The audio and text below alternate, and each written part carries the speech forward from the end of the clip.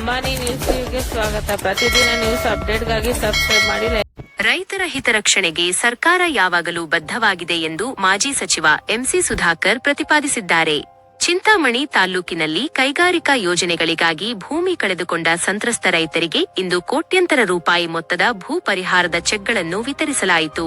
ಹೌದು, ಕರ್ನಾಟಕ ಕೈಗಾರಿಕಾ ಪ್ರದೇಶಾಭಿವೃದ್ಧಿ ಮಂಡಳಿ ಅಂದರೆ ಕೆಐಎಡಿಬಿ ವತಿಯಿಂದ ವಿವಿಧ ಕೈಗಾರಿಕಾ ಯೋಜನೆಗಳಿಗಾಗಿ ಭೂ ಸ್ವಾಧೀನಪಡಿಸಿಕೊಳ್ಳಲಾದ ಜಮೀನುಗಳ ರೈತರಿಗೆ ಹಾಗೂ ಮರ ಮಲ್ಕಿಗಳ ನಷ್ಟಕ್ಕೆ ಸಂಬಂಧಿಸಿದಂತೆ ಒಟ್ಟು 30 ಕೋಟಿ ರೂಪಾಯಿ ಮೊತ್ತದ ಪರಿಹಾರ ಧನದ ಚೆಕ್ಗಳನ್ನು ಅಧಿಕೃತವಾಗಿ ಹಸ್ತಾಂತರಿಸಲಾಯಿತು. ಚಿಂತಾಮಣಿ ನಗರದ ತಾಲೂಕು ಪಂಚಾಯಿತಿ ಸಭಾಂಗಣದಲ್ಲಿ ಆಯೋಜಿಸಲಾಗಿದ್ದ ಈ ವಿಶೇಷ ಕಾರ್ಯಕ್ರಮದಲ್ಲಿ ಮಾಜಿ ಸಚಿವರಾದ ಎಂಸಿ ಸುಧಾಕರ್ ಅವರು ಮುಖ್ಯ ಅತಿಥಿಗಳಾಗಿ ಪಾಲ್ಗೊಂಡು ಸಂತ್ರಸ್ತ ರೈತರಿಗೆ ನ್ಯಾಯಬದ್ಧವಾಗಿ ಸಿಗಬೇಕಾದ ಪರಿಹಾರದ ಮೊತ್ತದ ಚೆಕ್ಗಳನ್ನು ವಿತರಣೆ ಮಾಡಿ ಧೈರ್ಯ ತುಂಬಿದರು. ಈ ಯೋಜನೆಯಡಿ ಚಿಂತಾಮಣಿ ತಾಲೂಕಿನ ಒಟ್ಟು 69 ಅರ್ಹ ಫಲಾನುಭವಿ ರೈತರನ್ನು ಗುರುತಿಸಲಾಗಿದ್ದು ಅವರಿಗೆ ಸೂಕ್ತ ಪರಿಹಾರವನ್ನು ಒದಗಿಸಲಾಗಿದೆ. ಇದೇ ಸಂದರ್ಭದಲ್ಲಿ ಮಾತನಾಡಿದ ಮಾಜಿ ಸಚಿವ ಎಂಸಿ ಸುಧಾಕರ್, ಅಭಿವೃದ್ಧಿ ಕಾರ್ಯಗಳಿಗಾಗಿ ಭೂಮಿ ಕಳೆದುಕೊಂಡ ರೈತರ ಹಿತರಕ್ಷಣೆ ಮಾಡುವುದು ಮತ್ತು ಅವರಿಗೆ ಸೂಕ್ತ ಹಾಗೂ ನ್ಯಾಯಸಮ್ಮತ ಪರಿಹಾರ ಒದಗಿಸುವುದು ನಮ್ಮ ಮೊದಲ ಆದ್ಯತೆಯಾಗಿದೆ ಎಂದು ತಿಳಿಸಿದರು. ಈ ಮಹತ್ವದ ಕಾರ್ಯಕ್ರಮದಲ್ಲಿ ಸಂಬಂಧಪಟ್ಟ ಇಲಾಖೆಯ ಉನ್ನತ ಅಧಿಕಾರಿಗಳು ಸೇರಿದಂತೆ ಸ್ಥಳೀಯ ವಿವಿಧ ಇಲಾಖೆಗಳ ಅಧಿಕಾರಿಗಳು ಹಾಗೂ ಪ್ರಮುಖ ನಾಯಕರು ಭಾಗವಹಿಸಿದ್ದರು. ಸಬ್ಸ್ಕ್ರೈಬ್ ಮಾಡಿ, ಸಪೋರ್ಟ್ ಮಾಡಿ. ನಿರಂತರ ಸುದ್ದಿಗಾಗಿ ನೋಡ್ತಾ ಇರಿ Ambani news TV. 4,44,415 TS 1,20,000 Jayamma wife of Muninarayanappa 11,10,000 27,20,000 Srinivasa H 803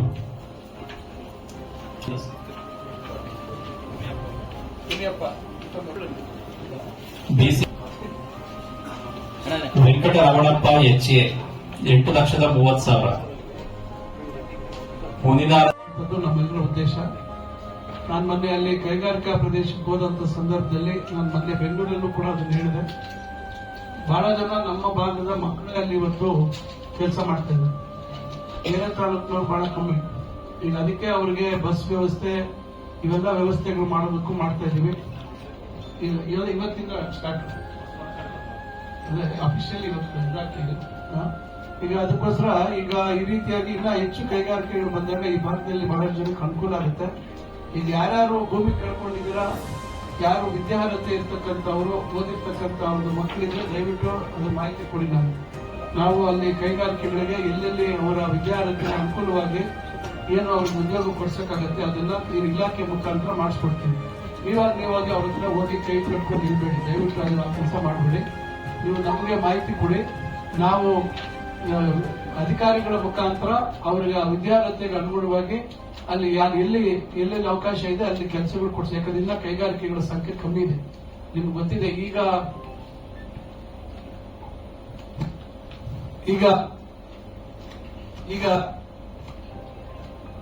ಪ್ರಾರಂಭ, ಯಾಕಂದ್ರೆ ಈಗ ಮೊನ್ನೆ 25 ಕೋಟಿ ಬಿಡುಗಡೆ ಮಾಡಿಸಿದ್ವಿ. ಈಗ ಫೈಲ್ ರೆಡಿ ಇದೆ ಇರೋದ್ರಿಂದ ಈಗ ಇದರಲ್ಲಿ 24 ಕೋಟಿ ಉಳಿದಿದೆ. ಇನ್ನ ಈಗ ಫೈಲ್ ರೆಡಿ ಆದ್ರೆ ತಕ್ಷಣ 10 ದಿವಸಕ್ಕೆ ರೆಡಿ ಆದ್ರೆ 10 ದಿವಸಕ್ಕೆ ದುಡ್ಡು ಕೊಡ್ಬೋದು. ದುಡ್ಡು ರೆಡಿ ಇದೆ, ನಾಳೆ ರೆಡಿ ಇದ್ರೆ ನಾಳೆ ಕೊಡ್ಬೋದು. ಅದರಿಂದ ಹಣ ತಕ್ಷಣ ನಾನು ಮಾಡಿಸ್ತಾ ಇದ್ದೀನಿ. ಫೈಲ್ ರೆಡಿ ಆದಂಗೆಲ್ಲ ನಾನು ಒತ್ತಡ ಹಾಕಿ ಹಣ ಬಿಡುಗಡೆ ಮಾಡಿಸ್ತಾ ಇದ್ದೀವಿ. ಅದರಿಂದ ಹಣ ಬಿಡುಗಡೆ ಮತ್ತೊಂದ್ರ ಬಗ್ಗೆ ತಾವು ಯಾವ್ದು ತಲೆ ಕೆಡಿಸ್ಕೊಳ್ಳುವಂತ ಅವಶ್ಯಕತೆ ಇಲ್ಲ. ನೀವೆಲ್ಲರೂ ಪಾಪ ಒಂದು ಚೂರು ಇದಕ್ಕೆ ಯಾವುದೇ ರೀತಿ ಒಂದು ವಿರೋಧ ಮಾಡಿದ್ದೀರಾ, ತಾವೆಲ್ಲರೂ ಸಹಕಾರ ಕೊಟ್ಟಿದ್ದೀರಾ, ತಾವೆಲ್ಲರೂ ನಮ್ಮ ಉದ್ದೇಶನ ಅರ್ಥ ಮಾಡ್ಕೊಂಡಿದ್ದೀರಾ. ಈಗ ಜಾಯಿಂಟ್ ಮೆಷರ್ಮೆಂಟ್ ಶುರು ಮಾಡಿದ್ದಾರೆ. ಎಷ್ಟು ದಿವಸ ಆಗುತ್ತಪ್ಪ ಜಾಯಿಂಟ್ ಮೆಷರ್ಮೆಂಟ್ ಸುರೇಶ್? 20 ದಿವಸದಲ್ಲಿ ಎರಡನೇ ಫೇಸ್, ಎರಡನೇ ಹಂತದ್ದು ಜಾಯಿಂಟ್ ಮೆಷರ್ಮೆಂಟ್ ಆದ್ಮೇಲೆ ಮತ್ತೆ ಅದು ಫೈನಲ್ ನೋಟಿಫಿಕೇಶನ್ ಮಾಡಬೇಕು. ಬಹುಶಃ ಇನ್ನು ಒಂದೂವರೆ ತಿಂಗಳಾಗ್ಬೇಕು ಎಲ್ಲ ಮುಗಿಯಕ್ಕೆ. ಬೇಗ ಮಾಡಬೇಕಿತ್ತು, ಬೇರೆ ಕೆಲಸಗಳಿಂದ ಈಗ ಅದ್ರ ಜನರಲ್ ಕೊಟ್ಟಿದ್ದು ಇವೆಲ್ಲ ಸಮಸ್ಯೆ ಇದ್ದಿದ್ದರಿಂದ ಅವ್ರಿಗೆ ಆ ಕಡೆ ಹೆಚ್ಚು ಗಮನ ಕೊಟ್ಟಿದ್ದರಿಂದ ಇದನ್ನ ಸ್ವಲ್ಪ ತಡ ಆಯ್ತು. ಈಗ 1.5 ತಿಂಗಳಲ್ಲಿ ಫೈನಲ್ ನೋಟಿಫಿಕೇಶನ್ ಆಗುತ್ತೆ, ಮತ್ತೆ ಅಲ್ಲಿ ರೇಟ್ ಫಿಕ್ಸ್ ಮಾಡ್ತೀವಿ. ಎಲ್ಲ ಬಹುಶಃ ಈ ವರ್ಷ ಒಂದು ಅಕ್ಟೋಬರ್ ಒಳಗೆ ಆದಷ್ಟು ಬೇಗ ಇದಕ್ಕೆ ಪರಿಹಾರ ಕೊಡುವಂಥದ್ದು ಎಲ್ಲವನ್ನೂ ಮಾಡ್ತೀವಿ. ಕೊಡೋದ್ರ ಮೇಲೆ ಆಮೇಲೆ ಇವೆಲ್ಲ ಇದಕ್ಕೆಲ್ಲ ಚಾಲನೆ ಕೊಡುವಂತ ಕೆಲಸವನ್ನು ಮಾಡ್ತೀವಿ. ಅದರಿಂದ ತಾವೆಲ್ಲರೂ ನಮ್ಮ ಒಂದು ಕರೆಗೆ ಹೋಗ್ಬಿಟ್ಟು ತಾವೆಲ್ಲರೂ ಬಂದಿಲ್ಲಿ ಇವತ್ತು ತಮಗೆ ಬರಬೇಕಾಗಿರ್ತಕ್ಕಂಥ ಪರಿಹಾರದ ಚೆಕ್ಗಳನ್ನ ತಾವು ಪಡೆದುಕೊಡ್ತಕ್ಕಂಥ ಕೆಲಸ ಮಾಡಿದ್ದೀರಾ. ಮತ್ತೊಮ್ಮೆ ನಾನು ತಮಗೆಲ್ಲರಿಗೂ ನನ್ನ ಹೃದಯಪೂರ್ವಕವಾದಂತಹ ಧನ್ಯವಾದಗಳನ್ನ ತಿಳಿಸ್ಲಿಕ್ಕೆ ಬಯಸ್ತೇನೆ. ತಾವು ಬಂದ್ರೆ ಓಡಿಸ್ಬಿಟ್ಟವ್ರೆ, ನಮ್ಗೆಲ್ಲ ಇನ್ನ ದುಡ್ಡುಗಳು ಬಂದಿಲ್ಲ, ಅದು ಬಂದಿಲ್ಲ, ಇದು ಬಂದಿಲ್ಲ ಅಂತ. ಈಗ ಅವೆಲ್ಲ ನಾವು ಪರಿಹಾರ ಮಾಡ್ತಾ ಇದ್ದೀವಿ. ಇವೆಲ್ಲ ಪರಿಹಾರ ಆಗ್ತಾ ಇರೋದ್ರಿಂದ ಮಂಜೂರಾಗಿರೋರಿಗೆ ಈಗ ಅಧಿಕಾರಿಗಳು ಹೇಳಿಲ್ಲ, ಈಗೆಲ್ಲ ಸಮಸ್ಯೆಗಳು ಯಾವುದಿಲ್ಲ ಅಂತ ಹೇಳಿದೆ.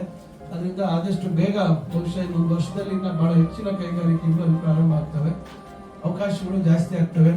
ಇನ್ನ 600 ಚಿಲ್ಲರೆ ಎಕರೆ ನಾವು ಮಂಜೂರಾತಿಗೆ ನಾವು ಅದೇನೇ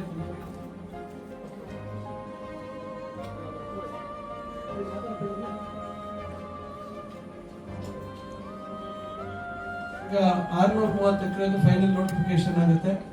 ಅದಾದ ಕೂಡಲೇ ಅಲ್ಲೂ ನಾವು ದರ ನಿಗದಿ ಮಾಡ್ತೀವಿ, ಜಿಲ್ಲಾಧಿಕಾರಿಗಳ ಮುಖಾಂತರ ದರ ನಿಗದಿ ಆಗುತ್ತೆ. ಅಲ್ಲೂ ಇನ್ನ ಜಾಗ ಉಳಿತದೆ, ನಮ್ಗೆ ಅಲ್ಲೂ ಜಾಗ ಸಿಗುತ್ತೆ. ಸುಮಾರು 600 ಎಕರೆ ಅಂದ್ರೆ ಬಹುಶಃ 350-400 ಎಕರೆವರೆಗೂ ಸಿಗುತ್ತೆ. ದೊಡ್ಡ ದೊಡ್ಡ ಕೈಗಾರಿಕೆಗಳು ತರಬೇಕು ಅನ್ನುವಂಥ ಉದ್ದೇಶ ಇದೆ. ದೊಡ್ಡ ಮಟ್ಟದಲ್ಲಿ 100 ಎಕರೆ 50 ಎಕರೆ ಮೇಲೆ ಕೊಡುವಂಥದ್ದು ಬೇಗ ಸ್ಥಾಪನೆ ಆಗಬೇಕು, ಹೆಚ್ಚು ಕೆಲಸ ಸಿಗುವಂತದ್ದಕ್ಕೆ ಅವಕಾಶ ಕೊಡಬೇಕು ಅಂತಕ್ಕಂಥ ಪ್ರಯತ್ನ. ಈಗಾಗಲೇ ಇಲ್ಲಿ ಈ ಕಡೆ ಕಣಶೆಟ್ಟಹಳ್ಳಿ ಸೋಮೇಹಳ್ಳಿದು ರಸ್ತೆ ಮತ್ತು ಚರಂಡಿ ಇವೆಲ್ಲ ಕಾಮಗಾರಿಗಳಿಗೆ ಈಗಾಗಲೇ ಟೆಂಡರ್ ಪೂರ್ಣ ಆಗಿದೆ. ಬಹುಶಃ ಇನ್ನು 1.5 ತಿಂಗಳಲ್ಲಿ ಕೆಲಸ ಶುರು ಮಾಡ್ತೀವಿ. ಅಷ್ಟರೊಳಗೆ ಎಲ್ಲೆಲ್ಲಿ ಎಷ್ಟು ಜನಕ್ಕೆ ನಾವು ಪರಿಹಾರ ಕೊಡಬೇಕು, ಯಾವ್ದನ್ನ ಕೋರ್ಟ್ ಕೇಸು ಮತ್ತೊಂದು ಬಿಟ್ಟರೆ ಇನ್ನೆಲ್ಲವನ್ನ ಆದಷ್ಟು ಎಲ್ಲವನ್ನ ನಾವು ಪರಿಹಾರ ಮಾಡಬೇಕು. ಯಾಕಂದ್ರೆ ಅದು ಎನ್ವಿರಾನ್ಮೆಂಟಲ್ ಕ್ಲಿಯರೆನ್ಸ್ ಎಲ್ಲ ಮಾಡಬೇಕು.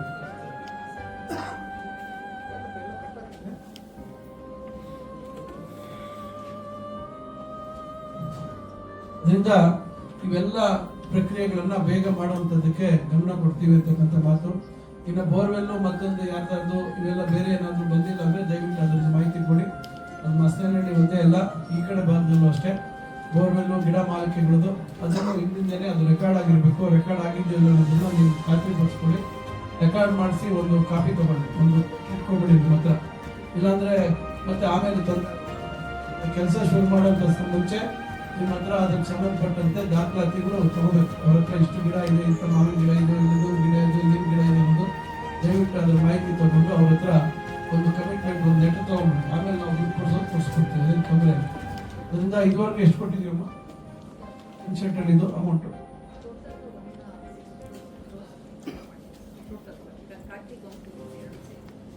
ಇದುವರೆಗೂ ಕಾಕ್ತಿ ಕೊಂತಿನಹಳ್ಳಿದು ಈಗ ಬಿಡುಗಡೆ ಆಗಿರೋದು 1 ಕೋಟಿ.